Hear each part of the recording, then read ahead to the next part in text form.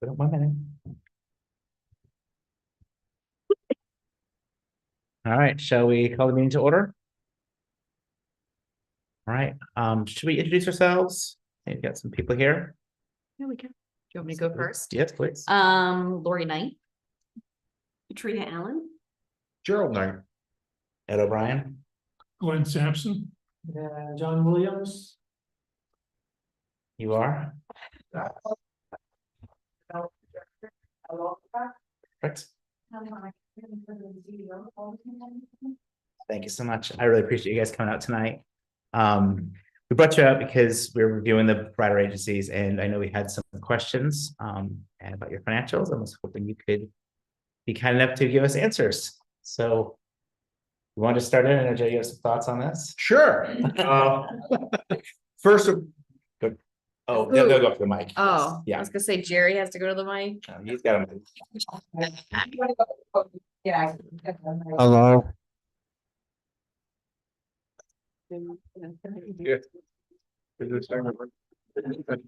It's always on.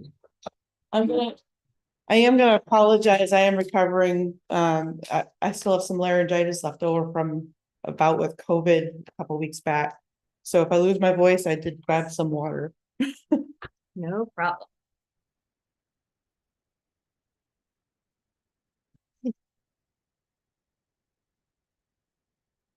The right thing to do. We started a minute early. Don't you- That's my fault. You're fine. If I haven't,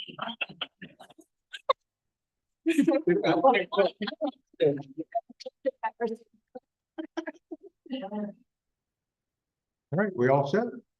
Hi. I'm ready. First of all, thank you for everything that you guys do. I mean, as part of the budget committee, we sort of look things over, and if we have some questions, we call you guys down here, and that's why you're here. So I appreciate you coming out tonight. Really, the big question that we have is obviously the cash on hand, something that we questioned for the last 3 years on the budget committee. It's a sizable amount. Yeah.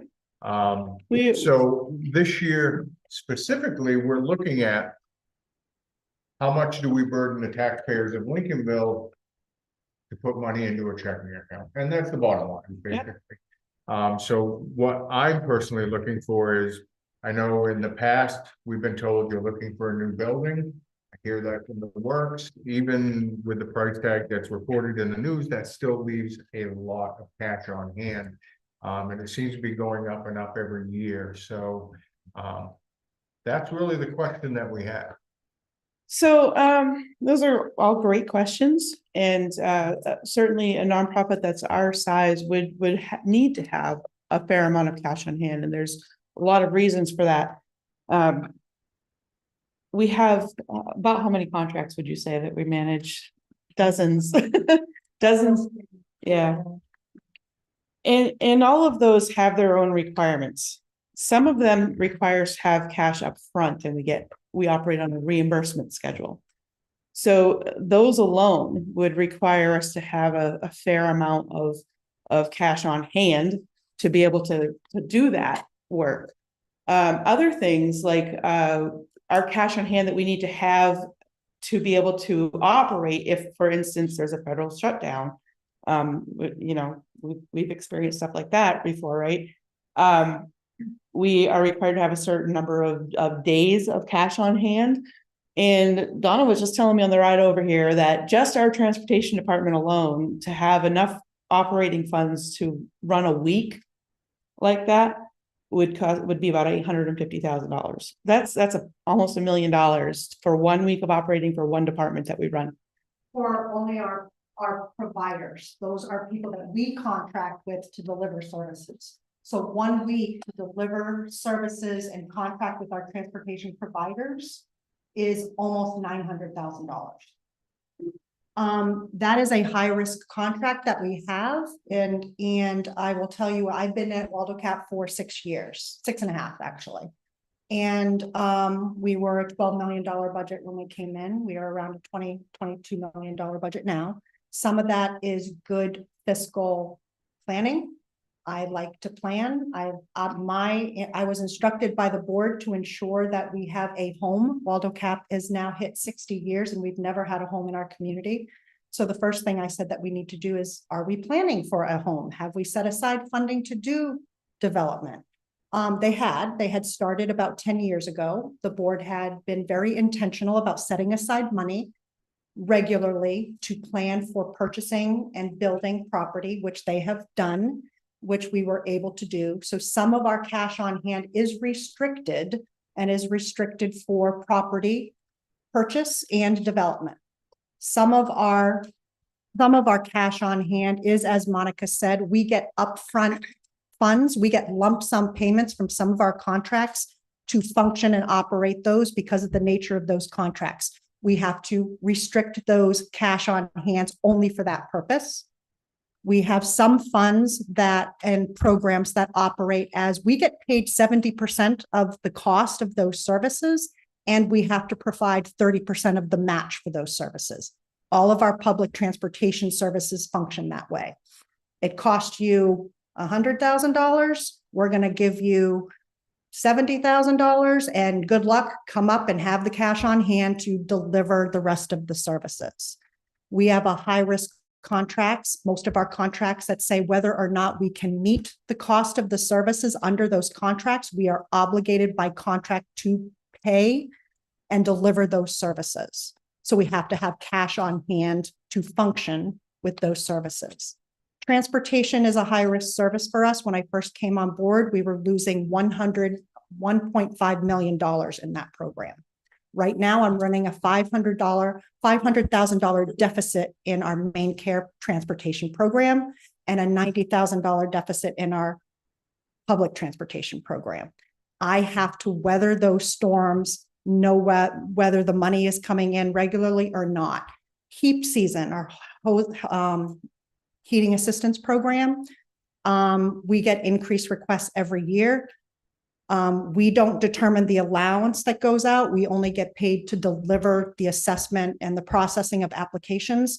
They cut our funds to deliver that service by over 30%. We are still delivering the services and cut no staff to do it. I am running the program at a loss. So yes, we have money in the bank. Some of that is restricted funding. Some of that is restricted to transportation. We have to, per contract, have IT replacements on a standard schedule. The federal government is behind 7 years for replacing vans at $65,000 per van to deliver transportation. I still have to deliver transportation. In the last few years, we've purchased 12 vans at our cost. We have to have the money in the bank to be able to do that by need. These are not ones that we can just pick up on the side of the road or pick up at any, local dealership. They have requirements that we have to meet. We have money in the bank. We are also very thoughtful and intentional of how we've done that. Over the years, we've tried to invest our funding so it works for us. Some of that funding is then covering some excess costs for program losses. We have established reserve accounts for program development. We have to do community needs assessments every so many years. Within that community needs assessment, we have gaps. We have to try to meet those gaps. And one of the ways we do that is by some of that funding working for us to reinvest and redevelop programming. Right now, I'm in an application process of establishing a housing development process on some of our land. That's going to take about $150,000 of the pre-development work that we have to have access and funding to do that in order to bring in federal grants to build the housing. And most likely we will also have to have a match available to do that. So yes, by the nature and the size of our scope of work, we have broad services, not dependable contracts. I am right now our housing director. In addition to the CEO, I have 3 staff. I have no stable contracts for them right now. CHIP, Central Heating Improvement, we used to run $365,000 worth of services through that program. I had $35,000 for this year to do. So I have to write grants, I have to come off reserves, I have to try to still deliver those services when there's a no heat or a furnace replacement. I have heat pumps that we did 50 heat pumps. I had no contract money for the next year for heat pumps. Right now, I have no money for weatherization. I'm down to $20,000 of weatherization. So either I pull off my reserves to keep staff. I have one staff to do each of these services, high skilled, high need staff. I can't pull them off anywhere to rehire them. If I can't keep them employed by doing other things, by pulling off of the reserves, I lose them. We lose the ability to do the services totally. Hopefully that answers some of your questions. Yeah, okay, Yeah. so, I'm trying to remember, so you have a bank balance of, was it 10 million? Trying to remember. Are you looking at our, I wasn't Yeah. looking at anything, I was trying to remember what. it ebbs and flows. It'll depend on the day, depending on what, so on one week, we might have to pay out almost $900,000 just to our transportation providers, not counting payroll. So we have an operating cash flow of about $5 million in and out. And you said of that savings, you can't use some of it. Some of it is very for restricted. operating, but. Yes, Yes. yes. How much, this has to be? I mean, it'll depend. And we have multiple types of funding. Looking at your in here, 2023, 6.8 is cash equivalent unrestricted. Yeah. While 2.3 is restricted. Yeah, so our 6.8 is usually our cash on hand, that is our operating funding Okay. on average. Yeah, the other is usually restricted for something or held for some purpose. And you said, again, I'm not looking at this, sorry, but 25 million, was it your annual operating budget? It depends. It's been running around 22 million, but that was through COVID, was at our high. We have been dropping. This one is accounting This for 2023, but there were still COVID funds coming in. Yeah. Okay. I can tell you that our new budget is between 17 and 18. Yeah. So of your 10 million, 6.8 is available for operations if you need to draw on it. But your budget is 22 million.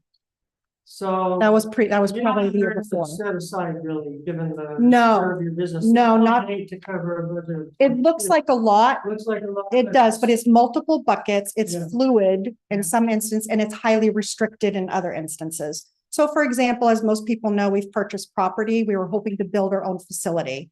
By the time we purchased the property, hired a consultant, there's a whole process. We engaged community from our board to our staff to community members in the design of that. Costs have gone up by quadrupled and interest rates have more than quadrupled. The cost of building this building at 40,000 square feet was 28 million if we could build it all at once. We can't do that. If we built it over time, because I had requested that it be done in phases, it would be up to 36 million. We can't do that. No matter how much money we set aside, it's just not a number that we can do. So we've pivoted to looking at other options. One of them is, as you probably know, per the news, we did make a bid on the Hutchinson Center. To us, the cost of that building was more valuable to us because I have set aside money. I also have a $2 million designated congressional spending grant that I wrote for the building. With that and rehabbing that facility, we can get into it, still do and accomplish having our own building and a community center, which we're hoping to at a much reduced cost that is much more reasonable to what our organization can manage. And then we can lean into the other property and do housing development, which is what the community needs. And that's we've pivoted our goals. But we also have to have money set aside to do that. Like this application that we're hoping to apply for in August, I need about $150,000 of pre-development loan or costs upfront. At loan cost, if I have it on hand, I'd rather do that than pay the interest rates on a loan. But so those are business decisions on the best way to use the money that we have available and how do we leverage other resources to do it as efficiently and as cost effective as we can. Is the grants you're applying for, are they related to federal spending? The designated congressional spending that we have has been written into law. That is for a building. That is $2 million. That was done 2 years ago, and we are in the process of, we will draw on that funding. Almost all of our programs are funded directly or indirectly by federal funding. We have funding at risk. Our Head Start programs are still currently at risk. It's one of our second biggest programs at about $6 million. I'd say you're at big risk. Yeah, big risk, yeah. We've already had a freeze, as I said, on our housing funding. I'm still trying to meet community need, and get people's furnaces going, but we're doing that not with main housing contract dollars. I'm doing that out of other funds that we've either kept or grant writing that we've done, that we have on hand. One, because I want to keep the staff that I've invested and trained to do it. We're a small organization, so we don't have multiple staff doing the same thing. I have one. To retrain that person, it takes 3 years to get them certified to do the work. It's more beneficial for me to kind of cover their costs somehow to retain the ability to deliver the service and leverage the grant funding when it comes back in, contract funding. And if you're smart and you have, I'm a business person, I'm a social worker, I'm a clinical social worker, but I have a knack for developing programming. I have a knack for being fiscally minded. I save for the rainy day in order to draw on that when the time comes, and the time is here. So any clue on what 2024 would look like as far as cash on hand? I know we're looking at 2023 numbers, and we ask that when you guys come every year. It helps us gauge a little bit better on how you guys are doing financially. We are running, we're running through some scary times. We're trying to keep the staff that we have in order to be ready and positioned for contract funding when the money starts to flow. Again, we don't know what the impacts of that will be. Some of our reserves is I will have to say is because we have budgeted positions we cannot fill. I right now am managing 3 hats and 3 jobs. Monica's probably managing 2. Though that's money that's been budgeted, but I can't fill the position for one reason or another. One of the positions I'm hiring is because I'm not hiring and flat out will not hire. I have to cover that role because we do not have the contract dollars right now to do it. Vacancies in our early childhood program, it's very hard. It's hard work. Most people do not realize how much hard work that is. And it's really hard to compete with the school districts. When you're dealing with little kids, it's very hard. It's very unpredictable. It takes a certain type of a person to do that. We run with a lot of vacancies, which means it might look like we have cash on hand, but that's really because we're offset on vacant positions. What we're doing is planning for worst case scenario where we can keep and retain staff to deliver services. As you know, we also have one of our biggest contracts out there that is in legal land relative to a takeover from another potential organization that will be devastating to us. That'll be devastating to our whole transportation department, if not the organization, because of their structure and the size of that contract. They also manage overhead that pays for a lot of the helps pay for a lot of the administrative support. We have held other administrative functions until we understand what those contracts are going to do, trying to be fiscal prudent and right size to any scenario that we can potentially manage right now. It does not mean that it's what we want to do, but it's what we need to do. So multiple staff wear multiple hats until we can get through the unknown phase. Yeah, one of my experiences in working with social service agencies, and I think it's what you're describing, is frequently one program supports a lot of other programs. No, that's not really accurate because we're not able, so one program's funding cannot pay for another program's funding. Okay. But the programs in total fund the system, which means HR, finance, development, right. CEO, IT, right? Yeah. And if you lose a program, even a small one, you have to ship those costs someplace else. And so let's say I lose a contract that's $100,000, that we build budgets around that plus overhead. We have an IDC rate, an indirect cost rate that is set by the federal government. We tell them what we expect. The federal government sets our indirect cost rate. We have to live with it. Doesn't matter what our costs are. We have to live by their indirect cost rate. We propose a rate and they negotiate it. And I've had them tell us less, and I've had them meet the cost proposal, but it is an indirect cost rate that we propose and they negotiate that. We have to It doesn't- apply that. It doesn't come down from on high. You have. We have to propose it, but they've have also negotiated that down for us before. IDC is newer for me. I've always been in direct allocation cost methods, which is different. It doesn't matter. Either way, you have to spread your costs. And if you lose a contract, those costs still have to go somewhere.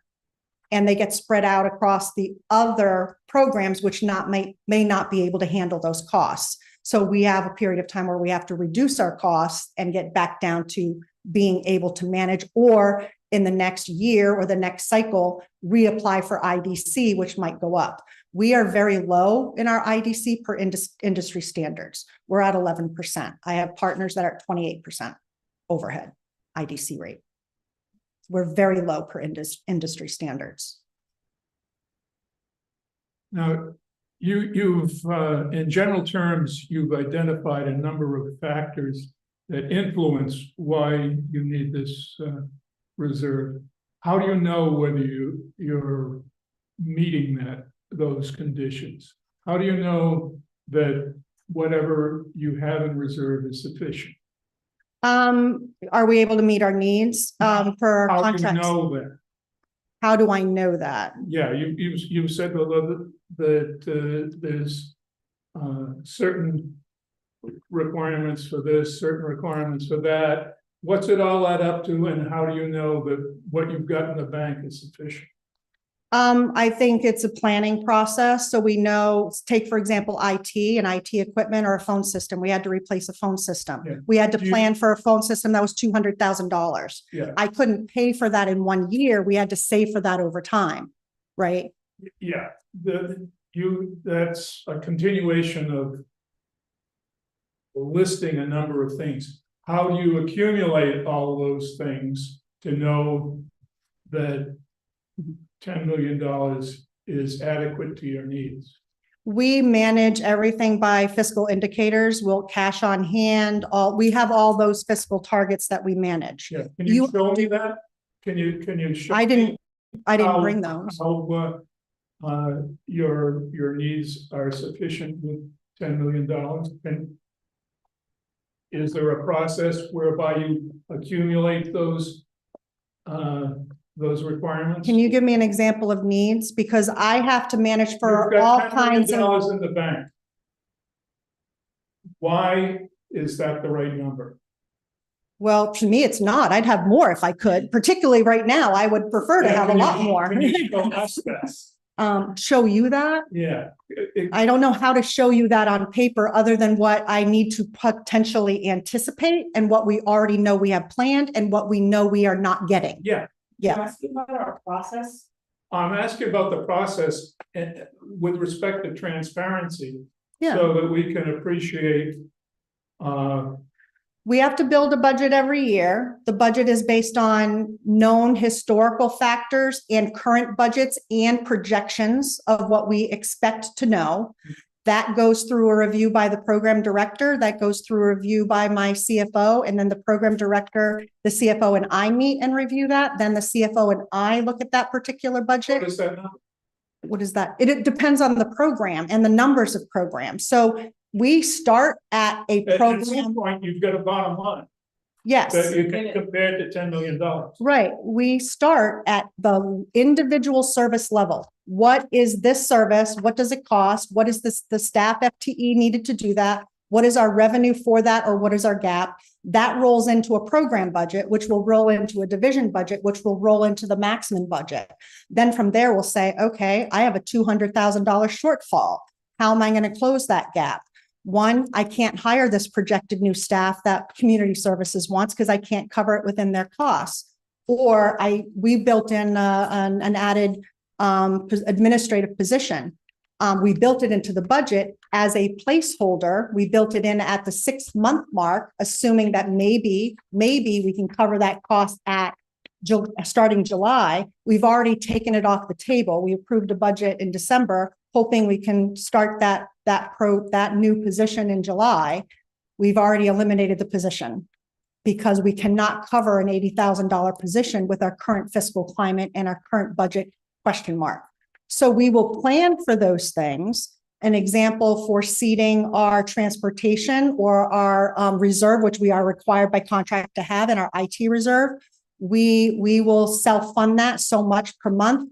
And if our revenues there, we cut that back.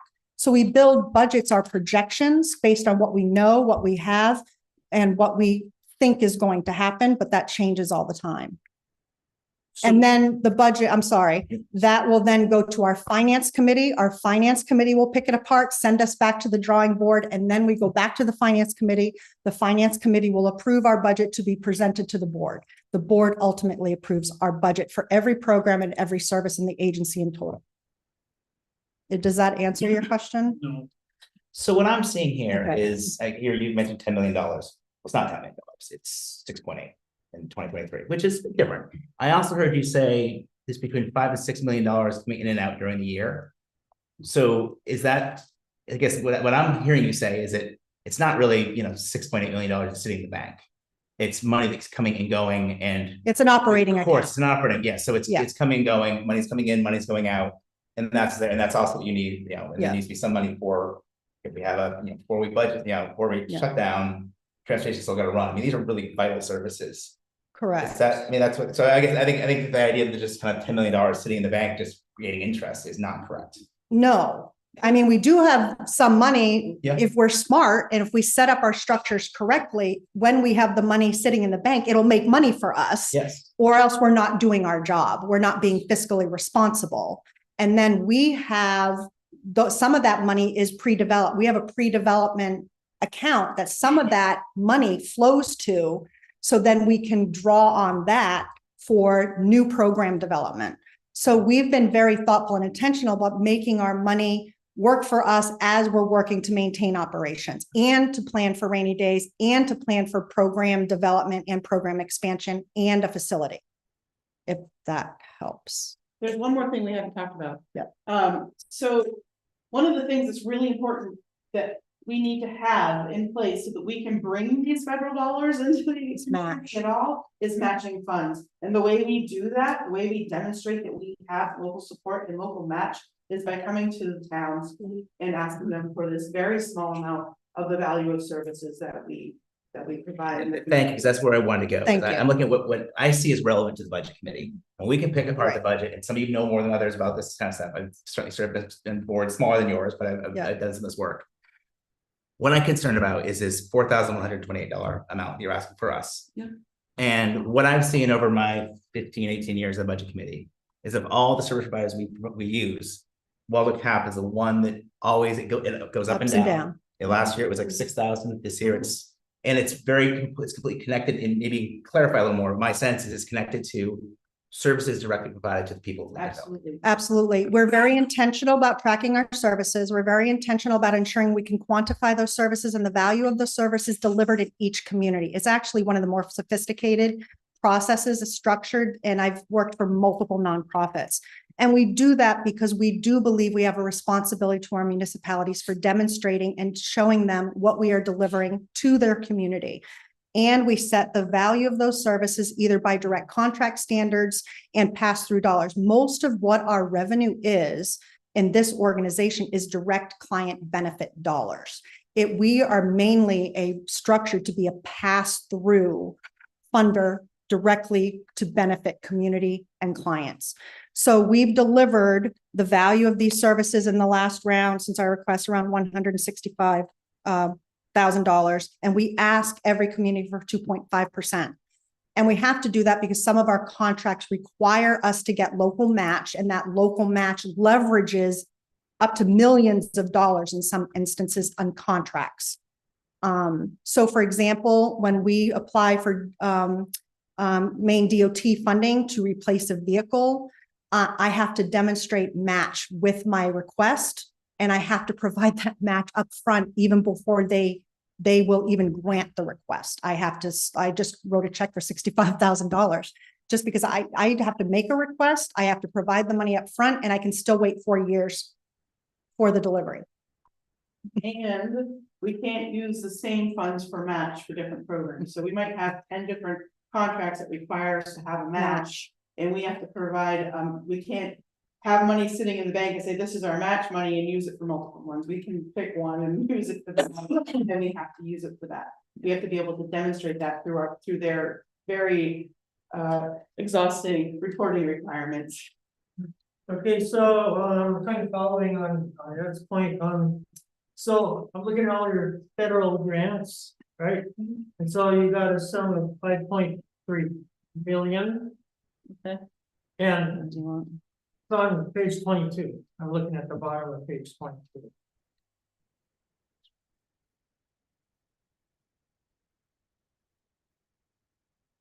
Our federal expenditures. Oh, those are expensive, okay. But all these look like these are granting agencies, Department of Health and Human Services, energy and all that. Are these sources of money then? So these are expenditures. If you see at the top, it says federal grant pass-through grantor to the program title. So these would have been expenditures that we've applied towards those grants. Okay. Okay.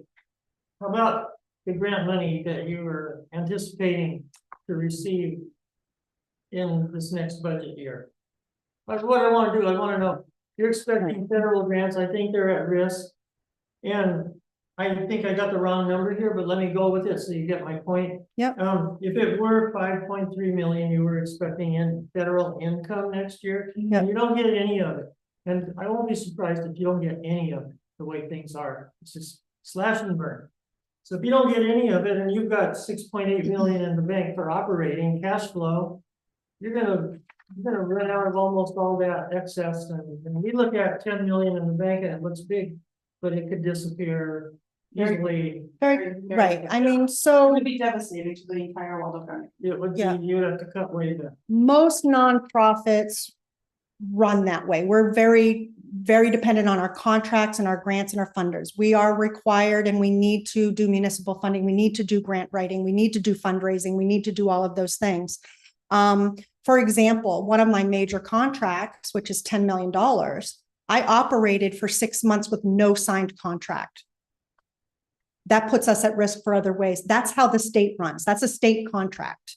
Right now, I am now again operating without a state contract for one of my biggest contracts. We own that risk. They could stop paying us because I don't have a signed contract, but yet I'm still obligated to continue that service. They are paying us, but at any point in time, they could turn around in that period and say, you have no contract, we're stopping funding. Well, that's just what's happening with farmers And right now.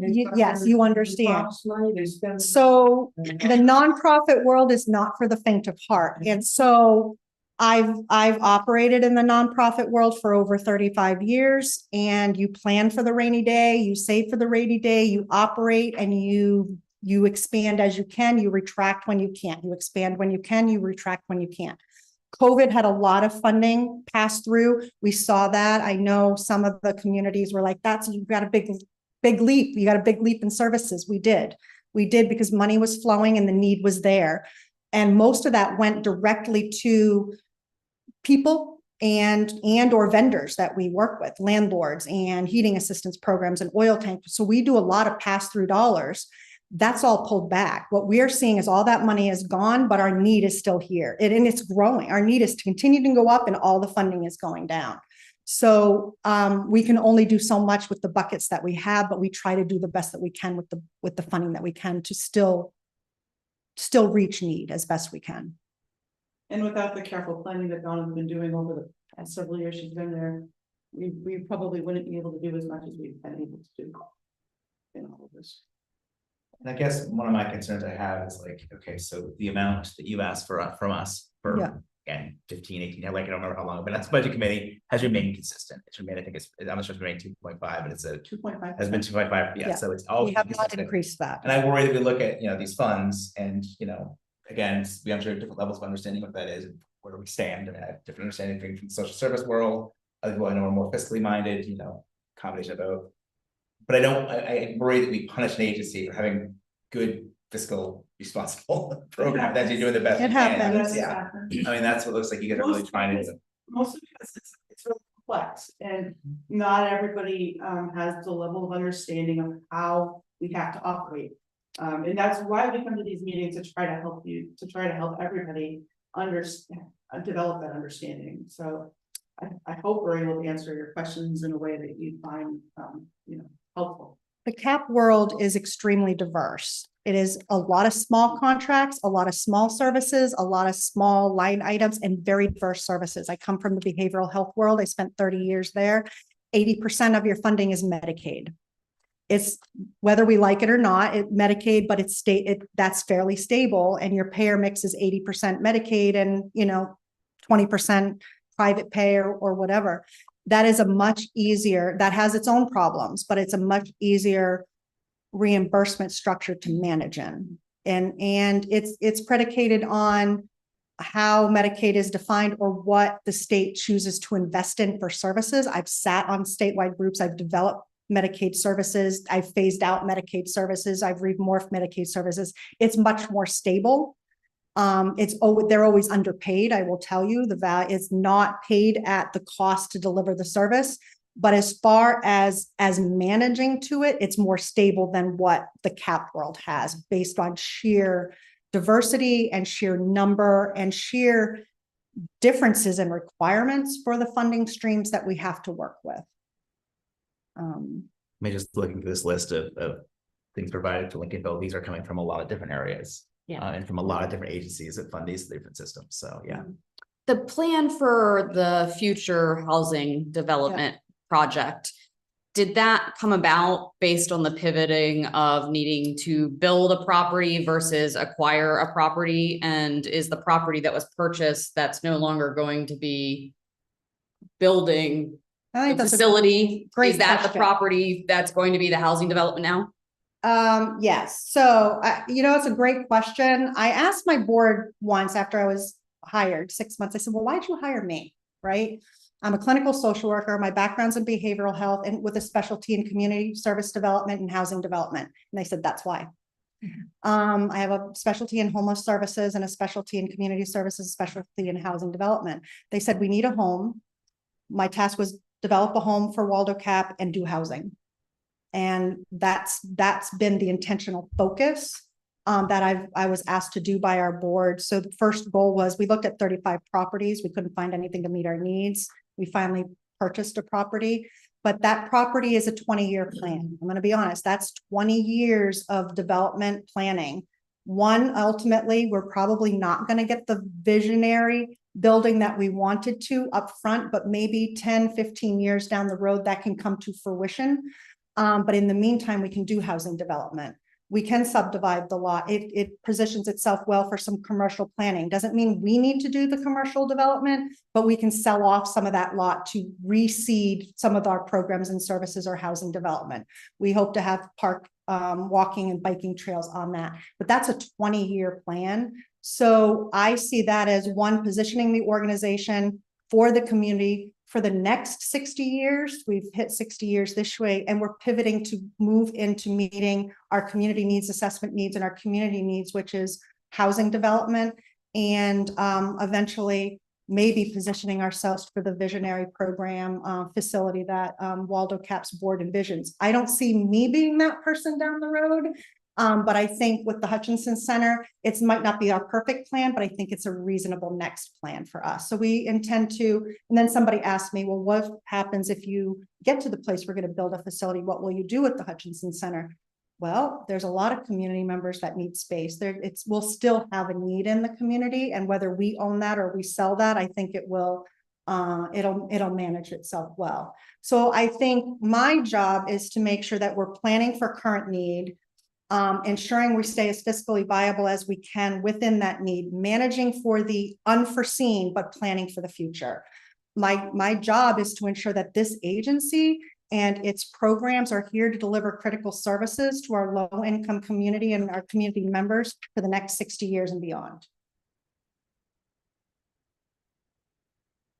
So you said you need matching funds from the towns.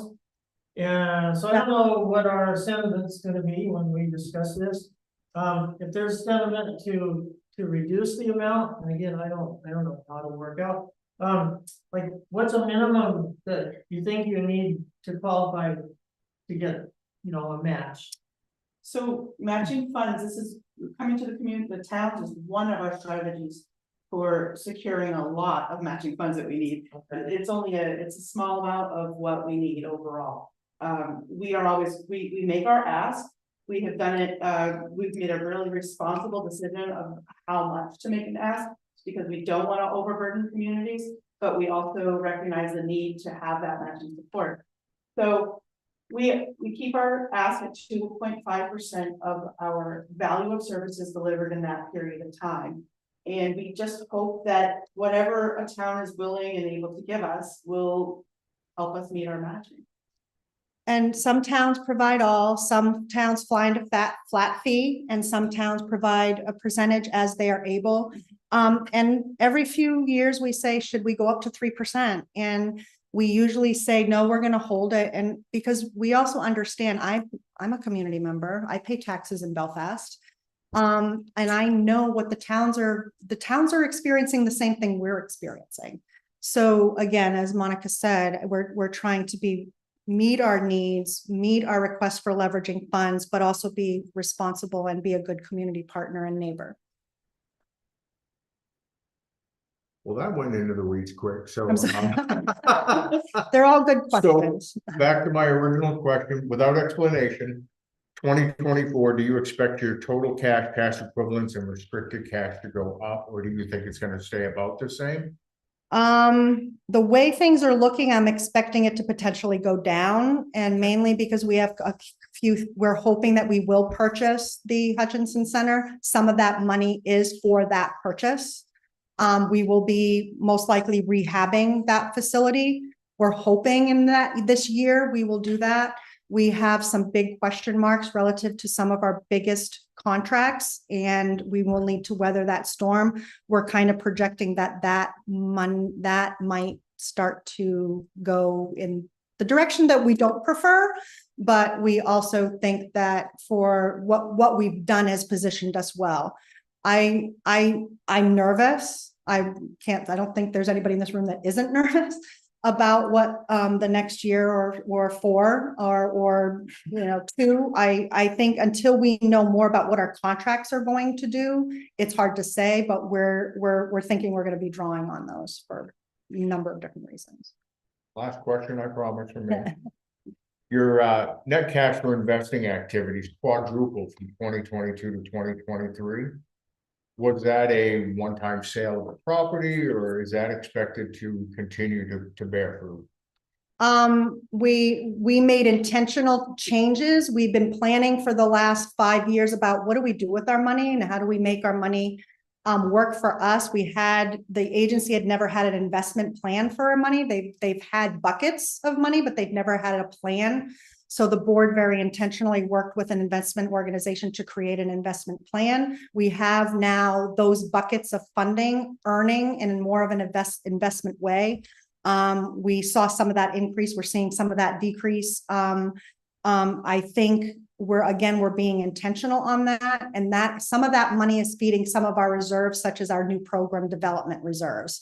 That program funding is also funding our shortfalls in our programs. Is how we're maintaining our gap, if that makes any sense. Again, to your point though, as those numbers go down, that will decrease. But again, how can we make our money work for us, and how can we bridge the gaps that we have in an intentional, thoughtful way? Did I answer the question? Yes. Okay. Thank you. On the Hutchinson Center purchase, is that I probably said, and probably I could read it, but is it going to be are you going to borrow money and you'll have a mortgage, or is it just? Eventually, yes. I think what we will most likely do is purchase it, and then depending on the scope of the rehab, we have money set aside specifically for that purpose. We don't know the scale or the scope of the renovation that we will need to do. We'll work with our architects on that. The board will have to make a decision given the climate. Do we stay within the funding that we have and with a small construction loan and then roll that into the mortgage, which we will probably do. I do not believe we will remortgage all of it. but I think we will remortgage some of it. Right now, getting into that building, even with a small mortgage, we will save operating costs from what we are currently leasing. So I don't know if you remember, but we lost one of our bigger facilities to a fire. And thank goodness that that's like 60 staff and 40 transportation vehicles and about another 25 vehicles for staff. And that's hard to place, very, very hard to place and find a place to do that. I think every entity might plan for business continuity plan in theory for that, but I don't think anybody has planned to manage through that. But the school district stepped up for us, and we are at the Robertson School, but it's at double the cost of our occupancy than what the program can afford. That's partially why that program is running a huge deficit right now. So I think if we can move some of our programs into this space with the leasing costs that we have right now, we've already figured out could have costs operating savings for the organization as a whole by purchasing and rehabbing a facility. The 60 staff, is that just for Waldo County, or is it all inside? That is for our call center and transportation services in Waldo County at the Robertson School. Just Waldo. Just that, yeah. We have about give or take around 170 staff, plus or minus. And we have offices in Rockland and in Bath as well, but most of our operating and staff operate out of Waldo County. That's our primary service location. I read either in your cover letter, your application, I'm not sure, 180 to 200 residents of Lincolnville you help each year on the average. So for our town population, that seems like a lot of people. How does that compare to the other towns? I'm looking at what our contribution is, what Lincolnville pays, and it's not at the upper end. So I was just curious. You might be better at answering that. Whether you would I haven't been asked that directly. So Yeah. 2.5, just to put it usually is somewhat population and demographic based. Okay, so just as an example, you're a coastal community. There you might have a fair number of houses and stuff that are seasonal. Just assume I'm making some assumptions here. I'm going to admit that, but your community may have fewer people than somebody like that lives in, I don't know, I'm just gonna say Freedom, because it's an inland town. That's the only reason. I'm not trying to directly compare at all. But to give you just an example, population-wise, Belfast is a pretty large town, correct? Our request to Belfast last year was about $66,000. And that was 2.5% of the value of services we provided to people that lived in Belfast. So it does really fluctuate, but I went to one town last year, a town meeting, and they asked me how many people that we had served in that population, and I think the number was right around 200, and their total population was 2,000. So they were like, that's like 10% of our population. That can't be right, but in fact it is. It's an inland community. Many of their people have received our heating services in particular. It's a very large program. If a community's demographic has elderly people, people who are older, they might be living on fixed incomes, and that could severely impact their ability to cover their basic needs. So they would come to us, and we might get them connected with food or heating programs and that sort of thing. But we really truly are, when you see those numbers, they're very accurate. They're actually usually an underrepresentation of the actual number, because there are some programs that are a little harder to track individuals. So usually they're just slightly under what the actual number of individuals would be, which would mean the value of services we provide is actually a little higher. But that being said, those individuals are some of your most vulnerable population. And that's by nature how we're designed. Our mission is to address poverty in our community. So again, it's economies of scale, and it's ruralness plays a huge part of it, and the mix of demographics. Yeah. Any other questions? This was helpful. Thank you. Thank Thank you. Good questions. Don, Yes, what is your last name? I missed it. Kelly, Keley. Thank you. Thank you. And my daughter lives in Lincolnville, so I'm here for my real. But I mean, it's a great town. Yeah, it is. Well, thank you for taking the time. Really appreciate it.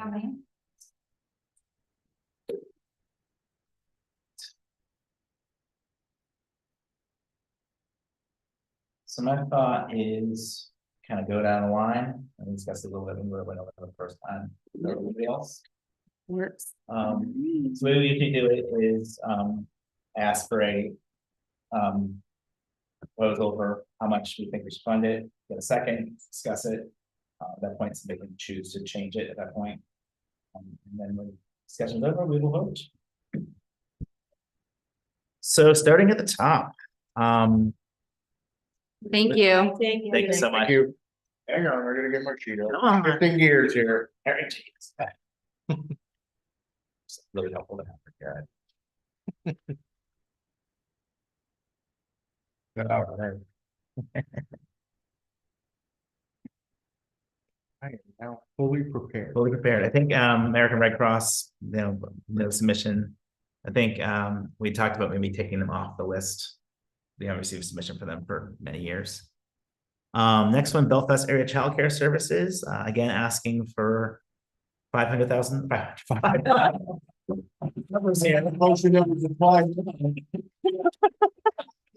Why did you take that? Those for agencies don't deal with that kind of money.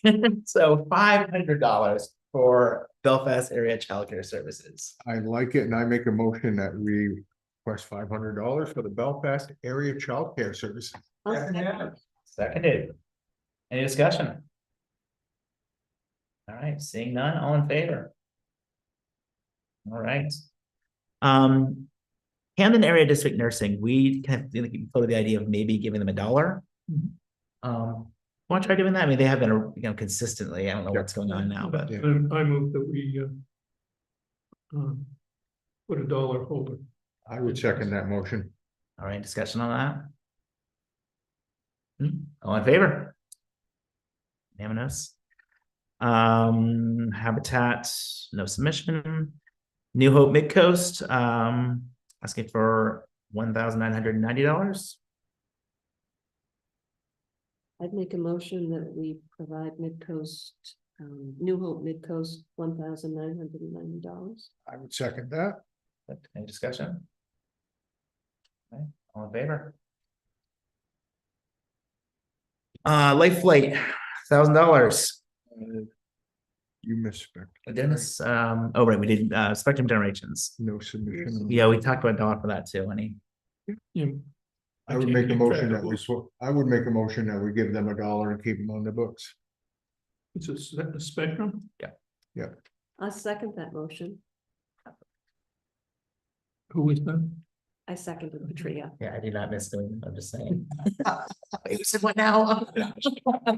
All right, discussion, all in favor?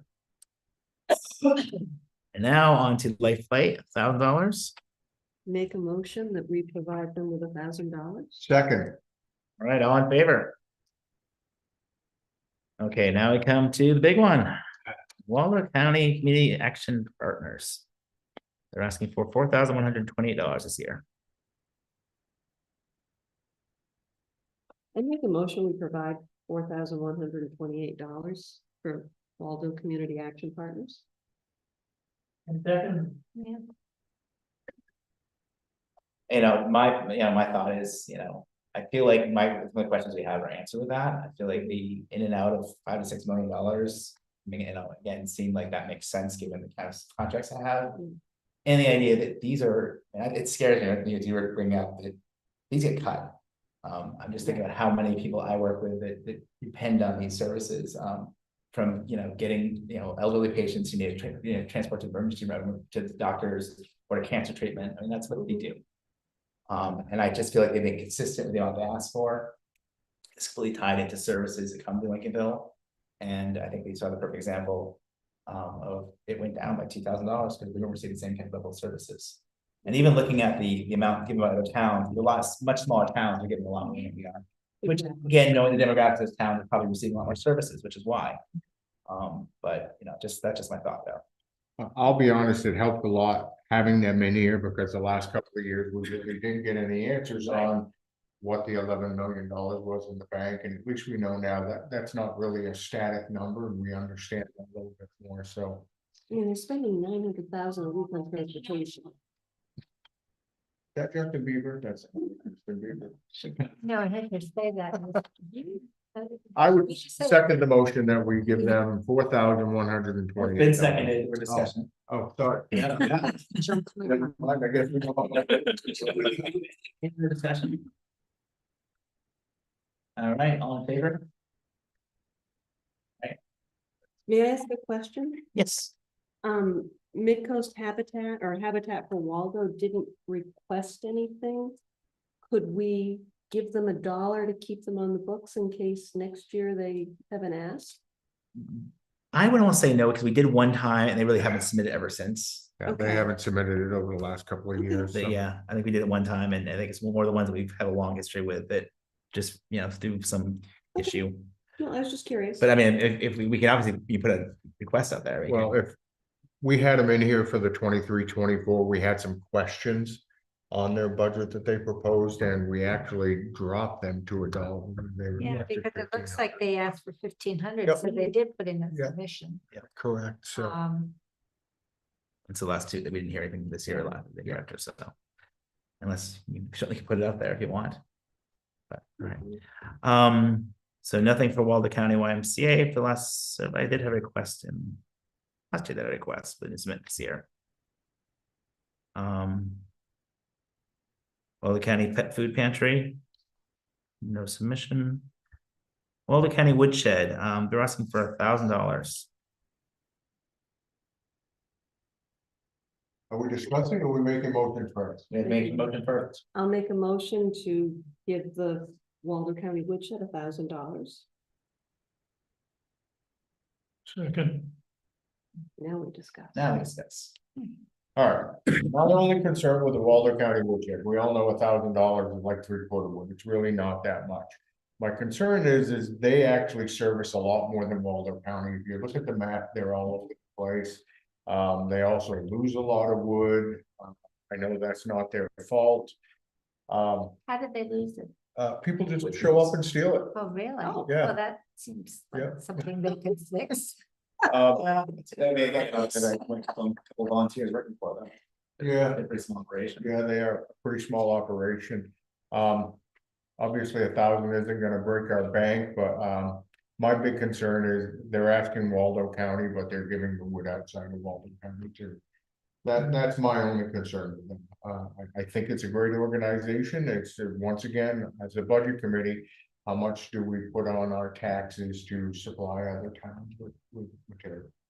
Could we stipulate that that money must come back to Lincolnville? Don't think. You've worked on, you're a volunteer with them, is that right? I am not, but we did actually give them money through the Maine Masonic Charitable Foundation. It's a great organization, but when you're coming to a town and asking for money and it's not my money that I'm giving out, that's my concern, is that we're giving it to Skowhegan, to a lot of different places that are not in Waldo County, and I don't believe they're being asked to contribute. And Habitat for Humanity was similar, because they have never built anything in Lincolnville and we're asking us for money. Right. So, But I really like the kind of grassroots nature of Waldo County Woodshed. It's a very small operation, and I think that their mission is pulling wood that they heat. I think I understand your point, Oscar, like, I think really gonna care too much. Like, sorry, you're over the border, you get nothing. I mean, I think it seems like it's a pretty, I like the idea of it's really people helping people. It's not, you know, it doesn't have big funding anywhere. It's just, you know, action being created by the people, which I think is we need more of. We need less of kind of government, you know, money saying, here's what we do with it, but you know, we need that money, but I like the idea of people saying mutual aid, we need to help each other.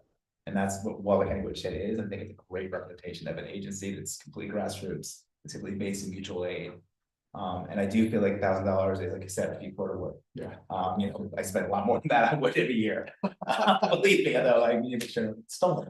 And I believe we did determine last year that they don't work in conjunction with Waldo Cat, so they don't cover the same. They're purely mutual aid.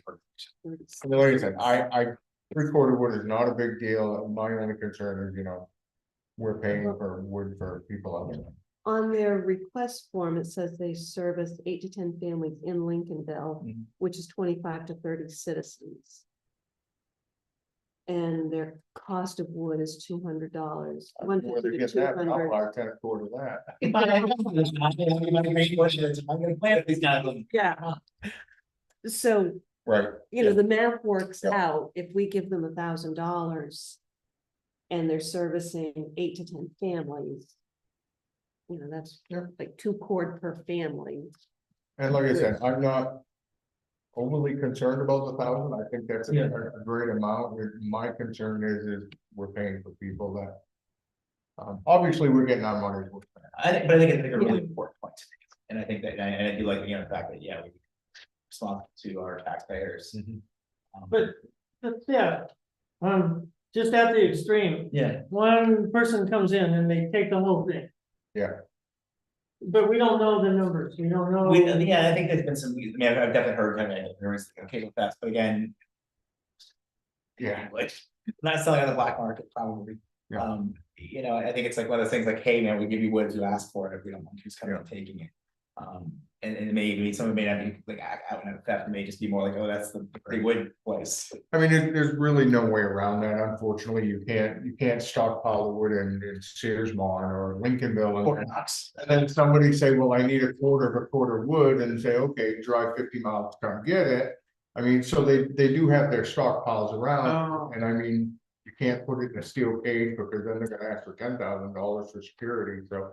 It's really not their fault, It's not solely specific food. from it's bad people. Well, But around, the wood is, you said distributed around Mhm. different places, but Lincolnville, where do they put it in Lincolnville? Right here at the salt shed, right? Right there, so that's it, so they want the $1,000 for that, No, 1 okay. It's for the, it's it's for the entire So program. it's officially, spread. Because I think that one's empty. I drive by and I see it. I think it was. Maybe that was one that they've lost. That one. is- But the town thing, Yeah. there's a little bit they can control in Right. regards to it not going outside of the county.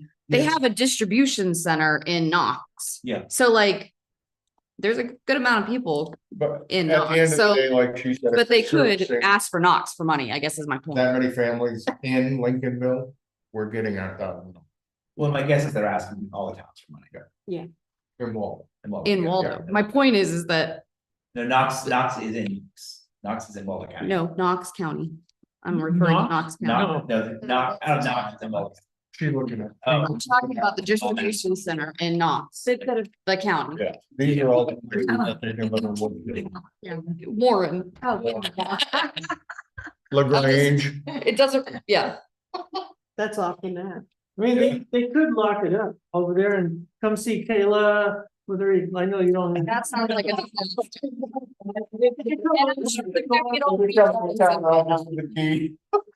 My thought is, it's a very small, it's a small operation. Yeah, overall. it is. And I think the act of trying to lock it up, the amount of theft they're receiving, I think is, not going to clean them out. right? Well, whatever we decide, why don't we have them come in to talk to us next year? It's too late. We can do that, yeah. We can definitely do that. I mean, last year we had them in here because they had a very large purchase that they made, $49,000 truck, but they explained. We got a corporate grant for that, so I'm like, okay, so you didn't have 49,000 in the bank, so that answered the question and. All right, well, we have motion, we have a second. Is there any further discussion on this? Okay, so I guess we'll go then, all in favor? Okay. But maybe next year we have them come in again and talk a little more about the out of county stuff, which I think is the biggest point there. It would make me feel better if they were asking Sure. them to donate too, if they delivered to them. Sure, yeah, well, that's a question that we didn't ask is, are you asking more for money? Yes, like nothing. And And finally, hospital volunteers of Waldo County are asking for $1,000. I make a motion that we give them $1,000. I'll second it. Any discussion on this one? All right, all in favor? All right. And seeing nothing more on our agenda for today. Before you. Oh, yes, other business. You moved really fast. Faster than I could keep up. Now you know why we don't want to be second. Everyone needs experience with And response. for the no submissions, I didn't catch. We didn't do a motion on the no submissions. Yeah. And I think Taylor took those notes, right, Taylor? We're gonna remove some of these that haven't applied. I tried to here back so you can see what it's said. Yeah. That's the only reason it's still there, because if I. No, yeah, absolutely. Next year I can think of. Anybody who didn't apply this year or last year. Yeah. Well, I think 60, it goes back 6 years, and if they haven't, don't do it for 6 years, they go. We trust you. And just help me out here. The motion and second for Belfast area child care service, who was? Do you remember? Belfast area child care, I took those notes, I can do this. Great.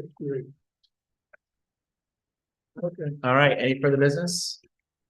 Our I next, make a motion, we, no. oh, our next meeting is, our next meeting is the 19th of March, month away. All right, and now I will entertain a motion. No, we're staying here for a while now. I make a motion, we adjourn. All in favor? I'm gonna get dinner. Next. What do we have? Actually, since I didn't think I'd been away from the meeting too, I'm But like, there might be a. I do like sandwiches for you guys. Before that, but they haven't